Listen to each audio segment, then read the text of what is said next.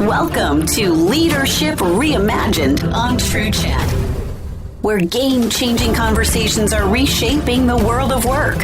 Here's your host, Janice Ellig. Hello, and thank you for tuning in. I'm Janice Ellig, the CEO and founder of Ellig Group, Executive Search Advisors, where we are reimagining search. And today I'm delighted to welcome Tricia Griffith, a leader who is creating an inspiring and inclusive culture within the insurance industry. Tricia Griffith is the Chief Executive Officer and Director of Progressive Insurance, and she is a rarity on several fronts. First, she leads a company that she joined as an entry-level position as a claims representative. Now, that is unusual in and of itself. But also now she is one of 27 female CEOs leading this company. And what's really great about the record here is the financial performance of this company in 1 year and 3 year sales growth of 20% and over 11% respectively have topped that of Apple and Microsoft. And the stock is up over 50% over the past 12 months, and profits have doubled. After Geico and State Farm, Progressive is the third largest auto insurer, taking Allstate's place. To top off her success, she has a board with 50% women represented. So that's quite a track record. In 2018, she was the first woman to be named Fortune's Business Person of the Year. In addition to all these accomplishments, she is also mom to 6 children, to which she says balances it all with his, hers, and ours responsibilities, and a lot of backup plans, which we're going to hear about. Tricia, it's a pleasure to welcome you and hear how you are creating an inclusive, inspiring, and exciting culture. That's Progressive. Yet one does not think of insurance as exciting or inspiring. We want to hear how you are making this happen. Welcome, Tricia. Thank you so much for having me, Janice. I am thrilled to be here. So let's start at the beginning. In 1988, you joined Progressive as a claims adjuster, trainee. It was a job you needed because you had some student loans, and you only planned to stay there a few years and then quit. Yeah, so I took the job at Progressive. I answered a classified ad, and when I called home to tell my mom I had quit the building company I was working for about 6 years after college, she said, "Oh, the soup company." I said, "Nope, that's Progresso. It's actually Progressive." And the company had barely reached $1 billion in revenue. I had never heard of it, and thought it would be a fun job to be a claims adjuster trainee, which meant crawling under cars to estimate damage and meeting with customers. My sole optionality was to do that, pay off some loans, and in a couple of years, get my MBA. And so in staying in this at Progressive and getting your MBA, tell us a little bit about how your career progressed. So I started off as a claims adjuster, and I would say about 8 or 9 months on the job, I realized that this was the company for me. And I loved the culture, the people, our values, and I really enjoyed helping customers. So I actually never looked back and finished a advanced management program later into my career, but really enjoyed being part of a, for lack of a better word, progressive culture, and was able to move up through the ranks. And I understand you're forklift certified, which must have started in the beginning. And you must have had a lot of challenges along the way, though, because here you were raising a family and going into a number of different roles. Tell us what some of those challenges might have been. You had mainly male dominated as well in this business, correct? Absolutely. I am forklift certified, or was at least in 1987. So if you need a tub enclosure moved, I'm your person. Right. Yeah, it was very difficult because I was walking into body shops with a business suit on, and we were required to wear hose and closed-toed shoes. And there were very few men in the industry. So to me, it was really very much a challenge. And as I progressed, I realized that I needed to really be sure of myself. And in addition, be able to take risks and really believe in what I could achieve ultimately. So there are many female listeners, who are in roles today surrounded by many men vying for the same jobs. And, the self-confidence to take on roles that are mainly male dominated. What gave you that confidence? What propelled you ahead? What kept you going? Well, here's what I would say to the women who are listening, because it was something I wish someone would have told me when I was a younger version of myself. The job that I first became on the C-suite was the head of HR. The job had opened, and Glenn, my predecessor, was looking externally and internally. I didn't go for it because I didn't believe I had the requisite skills. I have a marketing degree. I had been in claims. And so many people around the company, people that I'd worked for, with, around, and a variety of roles and states, called me and would say, Trisha, you have to go for this. You love culture, you love diversity, and you love numbers, and that will really change HR. But for those people that I call my advocates that made those phone calls, I would not have gone for that job. And I wish I could have told my younger self to be confident and take some risks and go for a job that I ultimately got. And I hope other women think about it that way. Don't immediately say, because you don't have this experience, you can't lead a role in a company. So I'm very thankful for people that gave me the confidence that I didn't necessarily have in my younger years. You know, one of the roles I had prior to being in my search business was I held roles in HR and marketing at Citibank and helped take a company public. And I think that HR background gives you, a sense of the culture in the company and how you can really shape it. And oftentimes you're the advisor to the CEO on how to really shape that culture. And I always say, you're the conscience of the organization and you don't have a dog in the fight, right? You're really making things work for the good of the overall organization. It sounds like that's what you were doing.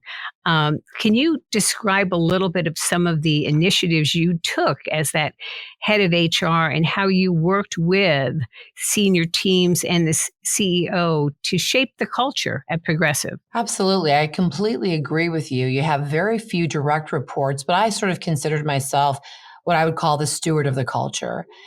So I really, assessed the company overall, watched and listened and held a lot of small group meetings to hear what was on the minds of people throughout the organization.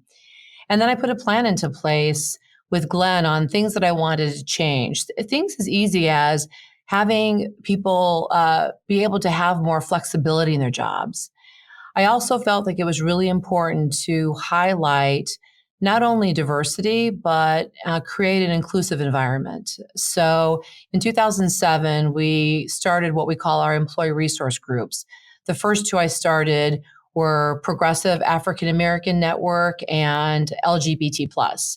And ultimately, we have 9 additional employee resource groups. But I really felt like it was important for everyone to be able to bring their full selves to work and to embrace who they are and have other people embrace who others are and be rewarded for the differences you bring.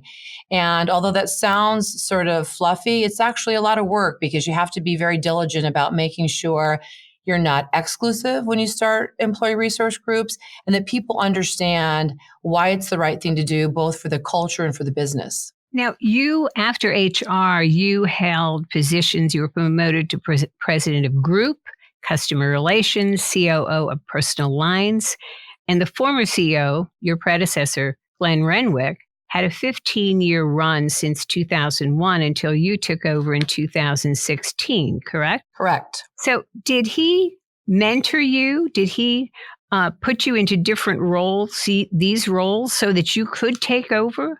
What was the plan there for you? So he was great at giving me different opportunities and also telling me when an opportunity wouldn't have benefited me. So we are a big culture of doing job swaps. I did a 7-person job swap at high levels last year to give people different opportunities. Glenn knew that I cared immensely about the customer. So I had claims, and then he added in customer relationship management. And then a big piece of the puzzle that I didn't have if I were to be a possibility for a CEO-ship was our personal lines organization. So he created a role that we didn't have to be the chief operating officer of personal lines. That gave me the important piece of the puzzle with product and pricing and R&D, which is really at the heart of how we segment our customers. So I would absolutely call Glenn my coach and my advocate and my sponsor, because he saw something in me, gave me the opportunity to succeed or fail. And when I succeeded, he gave me more. And that really positioned me to compete for the role, because it wasn't just me. There were other people going for the role, but it positioned me to have a chance to win. That's terrific. Now, I just want to remind our audience, you are listening to Tricia Griffith, the Chief Executive Officer and Director of Progressive Insurance. The topics we cover are all current, and a new topic with a new game changer is released on the third Thursday of every month. And this is a great way to stay current on relevant issues happening around us. So now I want to return to our conversation with Tricia and talk a little bit, Tricia, about Progressive having been named the best place to work repeatedly. And as a new CEO, what was top of your list in terms of how you wanted to make an imprint on the culture and the business? I really wanted to make sure that our employees knew the real me and knew how approachable I am and how I want to listen to what's on their mind. Most of the things that we change here are really from grassroots efforts. So for me, when you link it to brand, it's really important for me to have the brand of a person that is wanting to think about the future for our shareholders, for our customers, and for our employees, and to be available and listening to what people want. So whether it's flexibility in your work, being able to work from home, and just having a fun culture. This is a really hard job. Insurance is stressful, especially when people use insurance, which is from, when you have a claim. So for me, it's really important to be able to have a little fun too. So we celebrate when we have big events. You would reference us passing Allstate last year, and we had a big celebration where we had an ice cream social. And actually, we celebrated Flo's 10-year anniversary by traveling around the country in many different areas. I took 3 of my direct reporting groups. So Mike Seeger from Claims, Jeff Charney, our CMO, and John Murphy, who runs our CRM organization. The 4 of us, along with Flo, flew around the country. And we went to big places like Miami and Phoenix. And we went to small places where you just don't see, the people at corporate very often. So Shreveport, El Paso.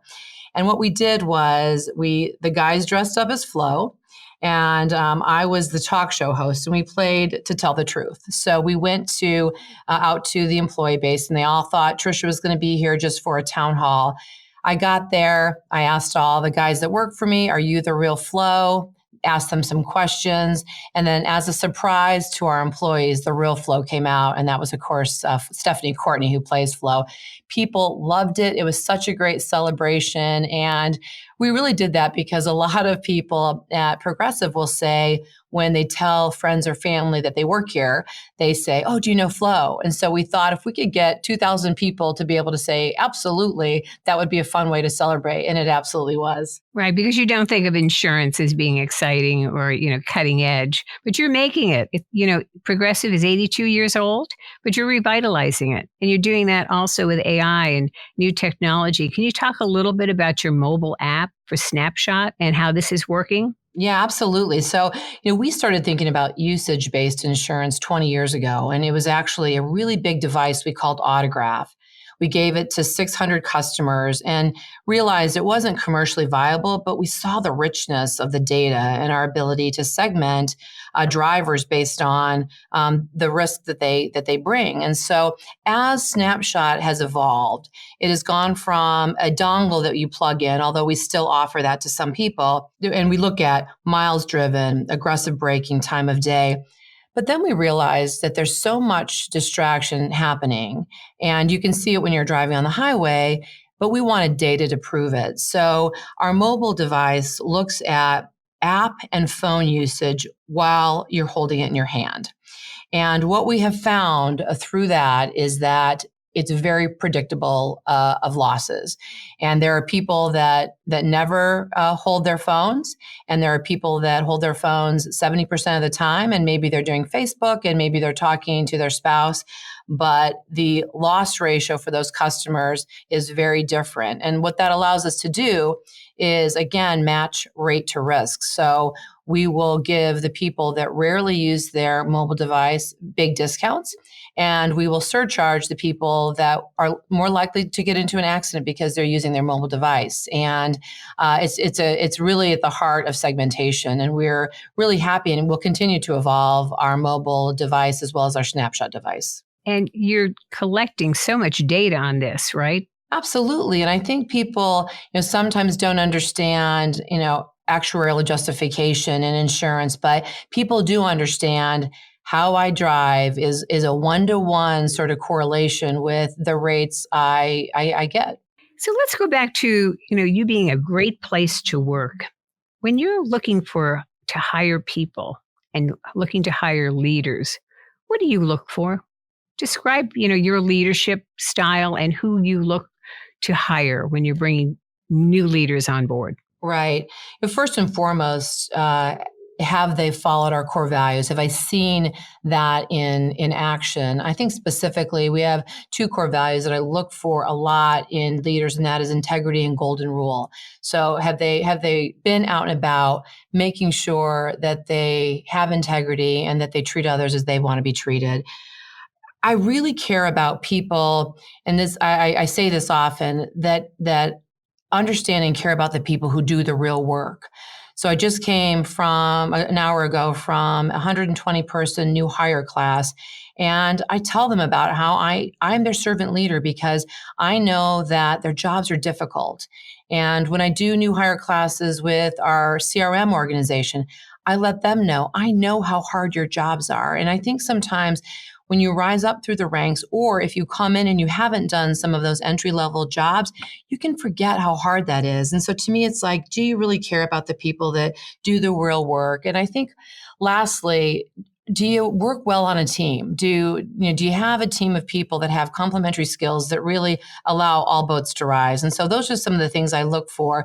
Really, not always what they do, that's very important, but how they do it. So for me, I want to win. I'm very competitive, but I only want to do it in the right way. And Tricia, you've made it a point of really doing town halls, being out there with your people. You're very visible, aren't you? I mean, they see you. Oh, absolutely. I am out and about all the time. And whether it's the new hire class I did today, I have another one on Friday. I walk around the halls of Progressive all the time, just talking to people. I never, have my head down looking at my phone because it gives me great insights to be able to have, even if it's a 2-minute chat in the hall, to do that. And oftentimes I try to every Friday, don't always get there. I go down and have lunch with people I've never met before. And it's a little bit awkward when I go down there. I'll look for some people that maybe have an extra seat.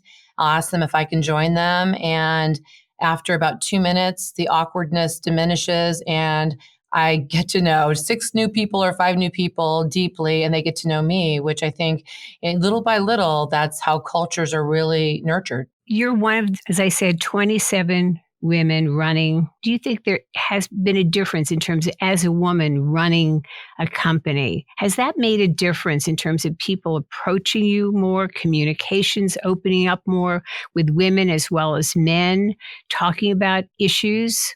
Yeah, I think being a woman and also being a mother, I think, and I talk about my children, and I always start off talking like you started off the podcast, that we have a his, hers, and ours. And I talk about how much, kids keep you honest. And then people feel comfortable telling me stories. I'm a big believer in telling stories and making sure that people know about when I failed or when I haven't felt adequate as a parent. With that, too, people will come. And so recently we changed our paid parental leave based on feedback that people wanted it longer and for men. And we listened to that and made that change. Flexibility. We didn't have hardly any work from home so many years ago. And we know that's really helpful to some people. And whether it's a day or full time, we offer a large number of people the ability to work from home. And for me, it's about the small gestures. And one example is, every time a woman that I know, and I know a lot, goes out on maternity leave, I send her a handwritten note to let her know, please don't think about Progressive, that you have this sole time to bond with your newborn and that the insurance, company will be back when you're back. And I can't tell you how many people have come back and said, that made me feel like I could really enjoy my time off. And honestly, I do it one because I didn't always enjoy my maternity leaves because I felt like work was calling, but also because I want people to get refreshed. So when they are back, they come back with new ideas and a different way to look at problems. Describe a little bit, though, how you have juggled 6 children, a career, your promotions. You have this his, hers, and ours operations with your husband, right? In terms of this is our mode of how we're going to get things done with the children. How did you do it? Right. When I talk about this, it at first will sound cold, but I think you'll get it once I explain it. I treat the family like I would a job. So in a job, if something doesn't work out, you have plan A, plan B. You have to be planful. And so I knew that there was something around the corner that could happen when I had a really important travel or really important business meeting, and you wake up and maybe one of the kids has an ear infection and my husband would be traveling. So literally, because I didn't have family around me, I had backup plans. So I had friends that chose to stay home, and I would use a bartering system that if something happens, could I call them to have them take care of one of the kids if that happened. And on the weekends, I would babysit for them so they could go out without their children. So I used a system of friendships that I still have to this day because I knew I had to have backup. And so for me, it really, having a spouse that really was so instrumental in making sure I could achieve anything that I wanted to was there as well. And after a couple of years in the HR job, my husband, Greg, came home to me. He worked at Progressive as well. He came home to me and said, on a scale of 1 to 10, how much do you like your job? And of course, I'm a claims person, so I negotiate. And I said 11. And he said, you know what? I love Progressive. I'm about an 8. And you have a really long runway. And I think I need to start to stay home with the kids. And that was right when our oldest was going to go into high school. And we were going to have 4 children in high school at the same time. And so I think having a spouse that was a working spouse, very successful. He was an equity level person at Progressive. Also backing me up and seeing something in me was really helpful. So there are so many ways to figure out, how to do it right. I think in the end, you have great people around you. You create relationships of people that can help you, and you give back in return. And I think, in times where I stumbled, I tried to forgive myself because nobody's perfect. And if you always are judging exactly what you said or what you did, you'll always be feeling not great about yourself. And I gave that up years ago. I try to really be present where I'm at and forgive myself when I stumble. That's great advice. Nobody is perfect, but it is so important to have backup plans and partners that you can rely on and other, friends and colleagues that will back you up, contingency plans, both at work and personally, right? And so that's what you've done throughout your career, because otherwise it becomes too stressful. Absolutely. So what's ahead for Progressive? And how are you dealing with some of those rapid changes? And anything else we should know about Flow or any new products coming out that you want to share with us? We have created a sort of a construct. I didn't invent it. It's a McKinsey construct to really think about the future of Progressive. I believe my job is to have an enduring company. So in 82 more years, does the company exist and has it flourished? So I set forth a Horizon concept a couple of years ago, and I have a Horizon 1 that I call Execute. So we have auto and home. We bought a homeowners insurance company when I was COO. And we really talk about that as a destination era, having bundled customers. That is a 300 billion plus market, and we only have 30 plus billion of it. So we have a lot of room to grow in Horizon 1. And I want the majority of Progressive to focus on that. Horizon 2, I call expand. So think about emerging opportunities that are likely to generate substantial profits in the future, but require investments now. So we've been working closely with Uber for transportation network companies. We started with one state a couple of years ago, and now we're up to 13 states for Uber. And especially on the commercial side, we have just rolled out a new business owners policy. So picture if you have your own flower shop and there's damage to the building or the contents. And we're rolling out what we call Small Business Direct. There are so many small business owners, and we're the number one writer of commercial auto. Can we make sure all those customers have everything they need for their small business? So a lot of exciting things happening in Horizon 2 that are just rolling out, and we'll start to see those produce revenue in the next year or so. For Horizon 3, I think of profitable growth that is further down the road, and we call that Explore. I hired a chief strategy officer last August, and we're working closely to really understand new ventures that we can create that'll ultimately, roll into Horizon 1. The important part for me is that I'm managing all three horizons concurrently and investing in them concurrently. You don't want to get to a point where you're done with Horizon 1 or you've saturated a market and you say, now what should we do? You have to be thinking about that well in advance, and you have to set up your company to be able to do that. And we are set up like that, and I'm very excited about our future. So exciting times ahead, Tricia, and you're doing such a great job. As I mentioned in the beginning, your stock price is up over 50% over the past 12 months. Is that true? And profits have doubled? Yes, we have done extraordinarily well, and it's 38,000 of us working hand in glove together to do right by our customers and create value for our shareholders. This is great. And, I look at your board, you've got 50% women on your board. It's a female-led company.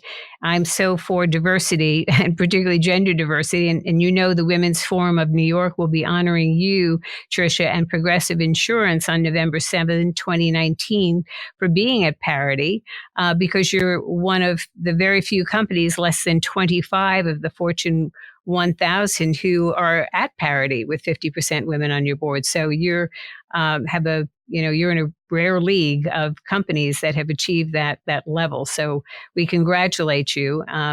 Thank you today for your insights and being such a progressive leader.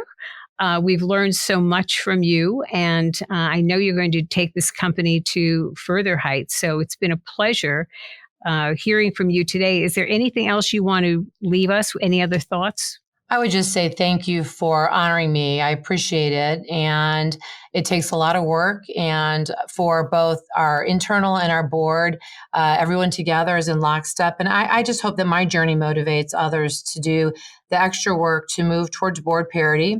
And I guarantee them, when you do it, it's worth it from both a business and a cultural perspective. And it's just, it makes for just a great day at work. And so if I can be sort of someone that people can turn to and say, wow, you can really change it and overtly take steps to add diversity, I'm honored to be that person. Well, you have diversity on your board, but you have it in your C-suite and throughout the organization. So I think that's making you a much more innovative company. We thank you for the conversation today. And I want to thank our audience for joining us on another episode of Leadership Reimagined and tuning in for this remarkable conversation with Tricia Griffith, CEO and board director of Progressive Insurance. You can find me on Twitter, LinkedIn, or visit our website at elligroup.com. Stay tuned for exciting episodes of Leadership Reimagined, game-changing conversations released on the third Thursday of every month.